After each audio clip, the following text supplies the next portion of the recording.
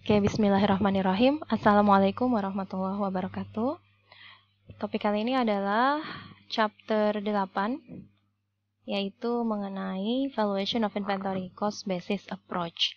Jadi kita refresh apa yang sudah dipelajari di Principle of Accounting 1. Kita brief aja. Ini adalah outline dari chapter ini. Kita lihat classification-nya, kemudian cost flow, control, basic inventory valuation, dan lain-lain. Langsung aja ya. Nah, yang pertama, inventory ini adalah definisinya, yaitu item held for sale, yaitu item-item yang ada di perusahaan untuk dijual. Ya, jadi bedanya dengan fixed asset adalah kalau inventory itu untuk dijual, tapi kalau fixed asset yaitu adalah barang-barang yang digunakan oleh perusahaan untuk mengenerate revenue, ya. Nah, atau pengertian lainnya adalah goods to be used in the production of goods to be sold. Jadi yang belum jadi gitu, tapi akan dijual, misalnya kayak work in process yang masih setengah jadi kayak gitu. Nah, bisnis yang sangat erat kaitannya dengan inventory adalah merchandiser or manufacturer. Merchandiser ini dia perusahaan dagang, jadi dia beli barang jadi, dia jual lagi. Kalau manufacturer, dia bikin dari raw material sampai finish good. Nah, ini ya, kita bisa lihat bagaimana perusahaan melaporkan inventory di dalam neraca atau balance sheet. Di sini, kalau untuk merchandising company seperti Carrefour atau bisa perusahaan-perusahaan retail lainnya seperti Giant atau Hypermart, mereka cukup catat inventory. Karena mereka nggak punya raw material, nggak punya work in process juga. Semua yang dijual adalah barang jadi. Dan purchase goods informed ready for sale. Mereka beli barang dari supplier sudah siap untuk dijual. Jadi hanya satu line inventory. Kemudian bagaimana kalau manufacturing? Ini contohnya CNH Global. Dia ada 3 account, raw material, work in process, dan finish good. Jadi total inventory-nya adalah 3 ini. Jadi dia punya bahan mentah, misalnya dia jual, sebut aja dia jual baju gitu ya. Dia masih punya raw material ya, kainnya, kemudian baju yang setengah jadi, dan baju yang sudah siap dijual kayak gitu. Nah, ini adalah inventory cost flow. Perbedaan antara merchandising company dan manufacturing company. Kalau merchandising di sini kelihatan, dia hanya beli cost of goods purchased. Nah, maksudnya ini adalah harga belinya jadi adalah COGS-nya dia atau harga pokok penjualannya ya. Jadi dia beli barang dari supplier berapa, itulah COGS-nya. Tapi kalau manufacturing, dia harus combine antara raw material, labor, dan overhead. Ini teman-teman udah pelajarin, detailnya ada di cost accounting ya. Raw material itu apa aja contohnya, actual material cost, labor itu buruhnya, overhead itu biaya lain-lain yang bisa ditrace langsung ke produknya. Jadilah cost of good manufacture, kalau jadilah WIP, work in process yang setengah jadi, dan finish good yang sudah jadi, sama-sama cost of goods sold. Nah, ini juga teman-teman udah pelajarin di cost accounting pastinya, kita ulang lagi. Untuk menghitung inventory, ending, karena kan yang di neraca ini, sebentar kita balik ke neraca, angka yang di sini ya, inventory ini adalah endingnya. Ini juga. Ini ending, artinya di tanggal 31 Desember 2008, di gudangnya CNH Global ini, raw material ada segini, WIP ada segini, finish good ada segini. Ini ending ya, yang di akhir tahun posisinya dia. Nah, cara ngitungnya adalah beginning inventory ditambah cost of goods purchased, artinya di gudang udah ada berapa sih di 1 Januari, ya nggak? Kemudian kita beli berapa selama 1 Januari sampai Desember, berapa barang yang sudah dibeli, jadilah cost of goods available for sale. Jadi, jika mereka ini ditambah, totalnya adalah barang-barang yang siap dijual. Benar nggak? Total di gudang ditambah yang dibeli adalah yang siap dijual. Kemudian yang terjual ini cost of goods sold, benar ya? Dan sisanya yang belum terjual, ending inventory. Ya, jadi barang yang tersedia di gudang dikurangi barang yang terjual adalah ending inventory. Nah, company menggunakan 2 tipe untuk menghitung inventory ini untuk dapat ending, perpetual dan periodic. Apa bedanya? Perpetual ini adalah purchases of merchandise are debited to inventory.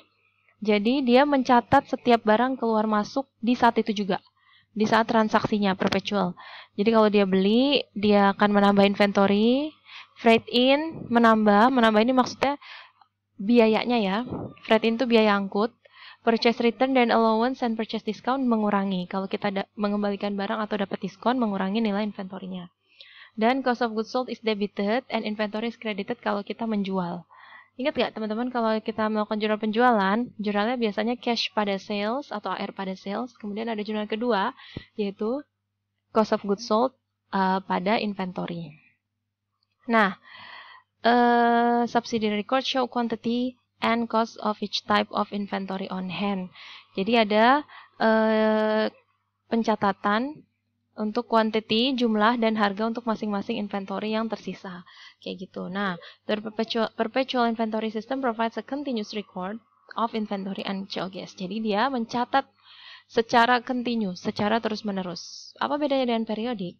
Periodik ini dia tidak catat secara detail, dia hanya catat pembeliannya dan endingnya saja. Jadi kalau ada barang yang terjual, dia tidak catat cost of goods sold-nya.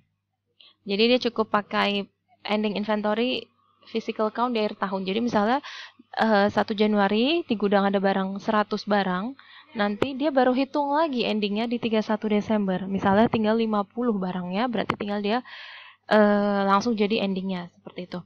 Begininya misalnya di sini ya 100, dia beli 800, yang terjual 900. Yang siap dijual 900.000 dan ending.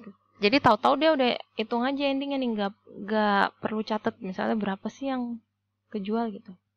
Endingnya ternyata 125, berarti itulah yang terjual 775. Kebalik ya, kalau kita pakai perpetual kita hitung cost of goods sold-nya baru dapat ending. Nah tapi kalau ini kita lihat endingnya di gudang baru dapat COGS.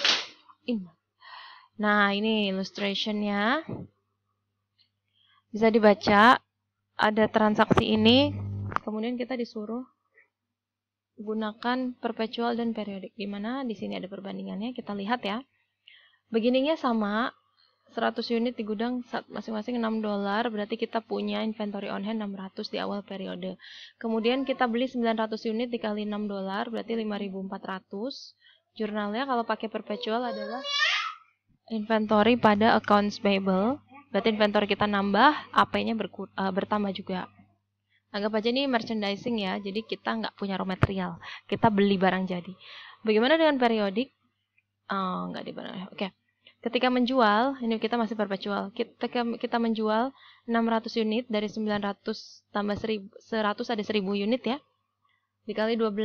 Kita catat AR pada sales dan jurnal kedua adalah COGS to inventory. Sebesar harga pokoknya 6, ya nggak? Dan nggak, jadi kita untung berapa nih? Untung $6 ya, karena $6 kita jual $12. Di sini kelihatan salesnya 7.200, sedangkan COGS-nya 3.600, 2 kali lipat. Nah, bagaimana ketika di akhir tahun? Berarti sisa barangnya adalah 1.900 tambah 100 dikurang 600 adalah 400. Ending inventory-nya ternyata tidak perlu jurnal, kita tinggal kurangkan saja. Inventory di sini 5.400 ditambah 600. 6.000 dikurang 3.600, maka hasilnya 2.400. Jadi untuk perpetual tidak perlu ada jurnal di endingnya. Berbeda dengan periodik, bagaimana? Kalau periodik sama ya, ketika beli kita catat, tapi jurnalnya beda, bukan inventory pada AP, tapi purchases pada AP. Kemudian ketika jual, jurnalnya masih sama, account receivable pada sales. Bedanya adalah tidak ada jurnal COGS ini. Jadi untuk periodik dia tidak perlu catat ini. Untuk penjualan pasti harus dicatat ya, tapi COGS dan inventorinya tidak, karena dia tidak ada inventory di sini.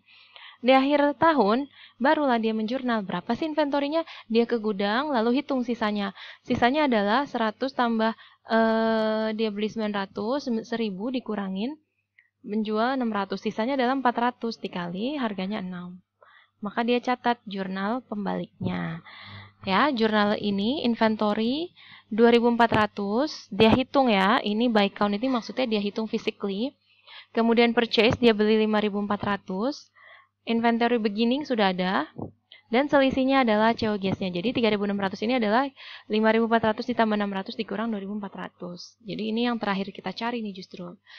Nah, untuk perusahaan, mostly mereka pakai perpetual inventory system karena lebih efektif ya. Maksudnya lebih tercatat gitu, berapa sih barang keluar gitu, berapa inventory per tanggal ini, kita bisa langsung cek. Kalau periode kita harus tunggu akhir tahun baru bisa cek berapa. Kecuali dia mau tiap bulan melakukan physical count. Nah, ini ada contoh. Oh ya, ini adalah contoh ketika buku kita berbeda dengan barang di gudang. Misalnya, di sini dia bilang inventory balance 4.000, tapi ketika kita ke gudang hanya 3.800 actually on hand. Berapa sih? 200 itu kemana? Harus kita write down atau kita hapus. Bisa aja ya, misalnya barang ada yang nyuri atau ada yang tidak tercatat seperti itu. Maka jurnalnya seperti ini, inventory over and short to inventory. Seperti ini ya. Nah, inventory control, bagaimana cara mengontrol inventory itu? Yang paling gampang adalah physical inventory. Mereka harus hitung by fisik ya, dilihat. Oke, ini bisa kita skip. Nah, yang penting itu adalah bagaimana kalau kita ada error ketika mencatat inventory. Ternyata efeknya lumayan ya. Inventory ini kan terkait ke akun-akun lain, sangat erat kaitannya. Jadi kalau kita salah catat, akun-akun lain akan terpengaruh juga. Di sini ada contohnya, misalnya inventory understated, dari instead of 100 dicatat 50 gitu ya. Jadi kita terlalu kecil mencatatnya. Efeknya kemana? Nanti di sini COGS-nya overstated dan net income-nya menjadi understated. Net income terlalu kecil. Ya, kalau COGS terlalu besar, net income kekecilan. Kalau net income kekecilan, return earning terlalu kecil, working capital dan current ratio menjadi terlalu kecil. Working capital dan current ratio ini adalah dua rasio untuk mengukur likuiditas perusahaan ya. Jadi likuiditas itu kan maksudnya adalah kemampuan perusahaan untuk membayar hutang jangka pendek. Jadi efeknya jauh ya. Kalau kita salah catat inventory atau cost of goods sold, nanti efeknya tuh ke sini-sini. Ya, sampai rasio-rasio perusahaan juga terpengaruh. Nah, tapi efek on error on net income in 1 year will be counterbalance in next year. Maksudnya apa? Kalau kita salah di tahun ini, kalau salahnya di income statement ya, salahnya dari COGS-nya, nanti di tahun ke depan dia akan tercover, salahannya itu akan kebalik sendiri. Nanti kita lihat contohnya ya. Jadi ini source-nya adalah COGS terlalu besar, nanti inventory jadi kekecilan ya. Jadi kita bergeraknya dari sini. Nah, ini contohnya, teman-teman bisa lihat Yeichen Corp, dia ini ending inventory-nya di tahun 2010 ini yang incorrect ya, ini yang salah, ini yang benar. Di tahun 2010 ending inventory 20.000, harusnya yang benar itu 30, lihat ya. Berarti dia kekecilan dong. Nah, otomatis jadi beginning di tahun berikutnya 20.000. Sedangkan beginning tahun berikutnya harusnya 30.000. Nah, kalau kita runut ke bawah, net income-nya yang salah ini 10.000, yang benar 20.